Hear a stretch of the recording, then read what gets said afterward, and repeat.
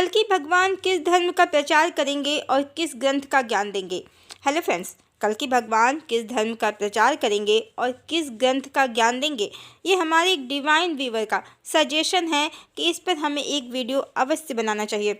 तो कल्कि भगवान प्रत्यक्ष में तो किसी धर्म का कोई प्रचार नहीं करेंगे, ना ही वो कोई ज्ञान देंगे, लेकिन हाँ, उनकी ऊर्जा से जो उनकी डिवाइन आर्मी है वो इस कार्य को पूर्ण कुशलता से पूरा कर देगी। हम पहले ही बता चुके हैं कि आज जो मनुष्य धर्म के नाम पर कर रहे हैं वो वास्तविक धर्म नहीं है, वो मात्र कुछ रीति रिवाजों से युक्त पंथ हैं।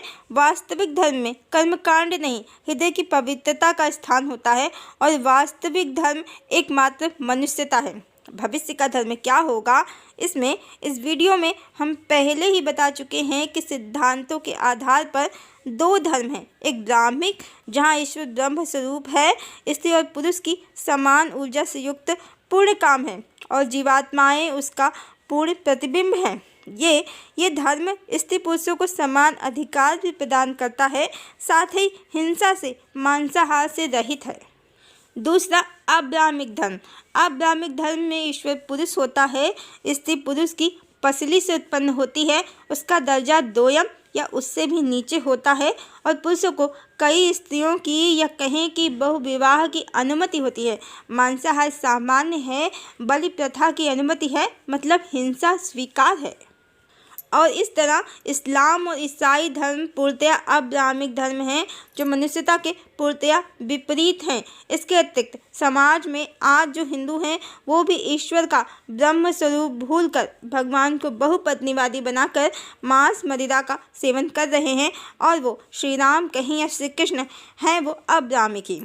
तो जो धर्म मनुष्यता के विरुद्ध है, विपरीत है, कल्कि भगवान उसका प्रचार तो बिल्कुल भी नहीं करेंगे। प्रचार तो वो वैसे भी नहीं करेंगे, लेकिन हाँ, उनकी ऊर्जा से जो डिवाइन सोल्स धरती पर अवतरित हुई हैं वो ब्राह्मिक धर्म, मनुष्यता के धर्म का ही प्रचार करेंगी। और जहाँ तक धर्म ग्रंथों की बात है तो अधिकांश पुराण, कुरान और बाइबिल ये सभी ईश्वर को पुरुष ही बताते हैं। श्री कृष्ण का तो करोड़ों स्त्रियों वाला गोलोक इस समय काफ़ी प्रसिद्धि पर है, जहाँ कृष्ण अकेले पुरुष हैं और बाकी सभी स्त्रियां हैं। इसी तरह इस्लाम में 72 हूरों वाला जन्नत भी काफ़ी मशहूर है, जहाँ हुस्न सबाब और कबाब का मज़ा दिया जाता है। इसके अतिरिक्त ईसाई धर्म के अनुसार हव्वा की उत्पत्ति आदम की पसली से हुई है, जो पूरी तरह से अनसाइंटिफिक कहें या अनप्रैक्टिकल है। और अब्राह्मिक धर्मों में स्त्रियों को पुरुषों की खेतियाँ, पैरों की जूतियाँ तक बताया गया है। यहाँ तक कि इनमें अनसाइंटिफिक बातें लिखी हैं, जैसे सूरज पृथ्वी के चारों ओर घूमता है, गर्म पानी के सोते में डूब जाता है और पृथ्वी तस्तरी जैसी है जिसे पहाड़ों ने दबा रखा है जिससे वो कहीं उड़ न जाए। तो चाहे पुराण हों जहाँ अनेकों भगवान हैं, छोटे बड़े, और भगवान की हजारों करोड़ों स्त्रियां हैं, या फिर दूसरे अब्राह्मिक ग्रंथ, उनका तो कोई प्रचार डिवाइन सोल्स नहीं करेंगी। हाँ, जो डेविल सोल्स हैं वो उनका प्रचार भरपूर करेंगी, क्योंकि सूर्य और असुर का ये देवासुर संग्राम है। डिवाइन और डेविल्स दोनों ही अपनी शक्ति को इस युद्ध में पूर्ण रूप से लगाएंगे। हाँ, विजय देवताओं की ही होगी, क्योंकि भगवान कल्कि की शक्ति उनके साथ है। और मनुष्यता ब्रह्म स्वरूप को मानने वाला धर्म इस तरह भगवान कल्कि के प्रभाव से स्थापित होगा धरा पर। और जो वेदों में, उपनिषदों में परमात्मा का स्वरूप बताया गया है वही भगवान कल्कि की ऊर्जा से डिवाइन सोल्स के द्वारा स्थापित होगा। इस तरह भगवान कल्कि मनुष्यता, मानवता को स्थापित करेंगे और मनुष्य वेदों, उपनिषदों और वैदिक जीवन पद्धति की ओर पुनः लौटेंगे। और ये सब भगवान कल्कि प्रत्यक्ष तो नहीं पर परोक्ष रूप से अपनी डिवाइन आर्मी के द्वारा करेंगे। और धरती का पोल शिफ्ट हो रहा है, एनर्जी शिफ्ट हो रही है। भविष्य में हाई एनर्जी, प्रेम, सत्य, न्याय, क्षमा, दया, करुणा, परोपकार, इन सब की ही एनर्जी पृथ्वी पर होगी। क्रोध, हिंसा, घृणा, पाप, अत्याचार की एनर्जी धरती की बढ़ी हुई एनर्जी में सर्वाइव भी नहीं कर पाएगी।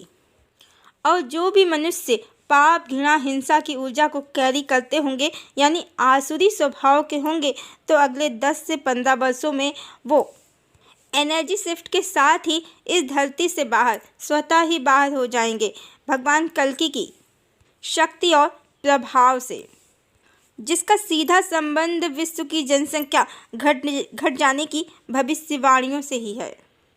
चूँकि सन 2043 में पूर्ण सतयुग होगा ही होगा धरा पर, तो बचे 5 वर्षों में पूरी तरह से डिवाइन एनर्जी का धरती पर आधिपत्य हो जाएगा और डेमंस की एनर्जी इस धरती के काल चक्र से पूरे एक युग के लिए पूरी तरह से गायब हो जाएगी।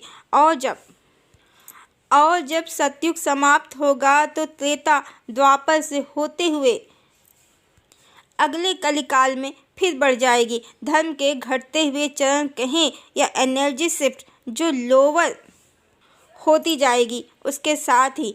पर अभी एनर्जी हायर हो रही है और हम सतयुग में प्रवेश करने वाले हैं। अभी कलिकाल की समाप्ति और सतयुग के अवतरण का समय है, जिसके लिए भगवान कल्कि अपनी शक्ति देवी वैष्णवी के साथ धरती पर अवतरित हुए हैं। और ये भी झूठ नहीं है कि जैसे इस कलिकाल के चरम समय पर बहुत सी डिवाइन सोल्स हैं जो अभी पूर्ण सतयुग ना होने के कारण पूर्ण शक्ति में नहीं है, वैसे ही सतयुग में बहुत सी डेविल सोल्स रहेंगी जो कलयुग ना होने के कारण शक्तिहीन हो जाएंगी, पर होंगी अवश्य क्योंकि संपूर्ण सृष्टि सत्य और असत, सूर्य और असुर, नेगेटिव और पॉजिटिव, डेविल और डिवाइन की एनर्जी की एक कॉम्बिनेशन है। यदि असत हो ही ना, सिर्फ सत हो, तो सृष्टि की रचना ही संभव नहीं है, क्योंकि फिर सत्य के प्रभाव से मोक्ष हो जाएगा, जीवों की मुक्ति हो जाएगी। इसीलिए भगवान श्री कृष्ण ने श्रीमद् भगवद गीता में कहा भी है कि ये सृष्टि सत्य, रज और तम 3 गुणों से मिलकर बनी है, त्रिगुणमयी है। सत्य और तम से ही रज बनता है, जो भोग विलास का प्रमुख कारण है। तो इस तरह भगवान बहुत ही साइंटिफिक हाईटेक तरीके से सतयुग की स्थापना करेंगे, जिसे समझने के लिए 3D की नहीं 5D की आँखों की अर्थात अंतर्दृष्टि की आवश्यकता है। और आज जो धर्म ग्रंथ प्रचलन में हैं, नए युग में उनका स्थान ईश्वर के ब्रह्म स्वरूप को बताते, वैदिक जीवन पद्धति को सिखाते, विशेषकर गायत्री मंत्र में जो ज्ञान निहित है उसे सिखाते ग्रंथ पवित्र और ज्ञानात्माओं द्वारा जो फिर से रचे जाएंगे वो ले लेंगे। हरिओम।